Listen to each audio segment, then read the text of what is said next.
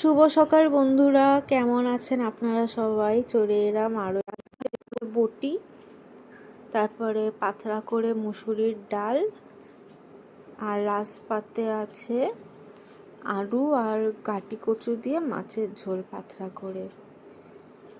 তোমরা ভাবছো তো কেন আমি আজকে আগের থেকে বলে দিলাম? কালকে আমি যে সিরিজটা চালু করেছি সেই গল্পের পার্ট 2 নিয়ে আজকে চলে এলাম। কালকের ভিডিওটা যারা যারা দেখোনি তারা আগের লিঙ্কে গিয়ে দেখে নাও। তো শুরু করি পরের পার্টটুকু বলা। বড় ভারী কি মানুষ এই মেজদা, এখনো বেশ সমূহী করতে চলতে হয়। বদ্দা হলে না হয় একটু আপত্তির গুণগানই তুলতাম, কিন্তু মেজদা, ওরে বাবা, তবেই সর্বনাশ। নিরুত্তর চললাম মেজদার সঙ্গে। গাড়ি বার করলাম গ্যারেজ থেকে। মেজদা এসে পাশে বসলেন, আর ভেতরে বসলো এক মধ্যবয়স্কী গেঁয়ো লোক। এই লোকটিই বুঝি ডাকতে এসেছিল মেজদাকে, ওই বোকা বোকা ভালো মানুষ গোছের লোকটা। মানুষের দিকে তাকিয়ে মনে মনে যা চটলাম ওর উপর, তা বলার নয়। বেটা এত রাত্তির করে এসেছে ডাক্তার ডাকতে, তা ডাকবি তো অন্য ডাক্তারকে ডাক, তা নয় মেজদাকেই চাই কেন? সারা শহর জুড়ে কি আর কোনো ডাক্তার ছিল না?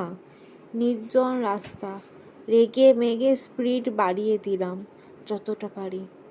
এ রাস্তা সে রাস্তা করতে করতে শহরের প্রায় বাইরেই অন্ধকার এক কানাগড়ির সামনে লোকটা দাঁড় করালো আমাদের। তারপরে নেমে বললাম, একটু বসুন ডাক্তারবাবু, আমি লণ্ঠনটা নিয়ে আসি, বড্ড অন্ধকার। ওদিকে তখন লোডশেডিং চলছিল বোধ হয়। আজকে এইটুকু, পরের পার্টে আবার পুরোটা বলবো। লোকটা দেখতে দেখতে গড়ির মধ্যে অদৃশ্য হয়ে গেল। আচ্ছা, তোমরা কে কে উচ্ছে আর কুমড়ো দিয়ে বটি খেতে ভালোবাসো কমেন্ট করে জানিও। আর আমি বাকি গল্পের পার্টটুকু পরের ভিডিওতে নিয়ে আসছি, এই ভিডিওতে পুরোটা হবে না। আর কয়েক মুহূর্ত পরে গড়ির মধ্যে থেকে বেরিয়ে এলো একটি লোক। ওই অন্ধকারের মধ্যে থেকেই, হাতে কোনো টর্চ বা লণ্ঠন ছিল না। মোটরের কাছে এসে আমাকে দেখে থমকে দাঁড়ালো।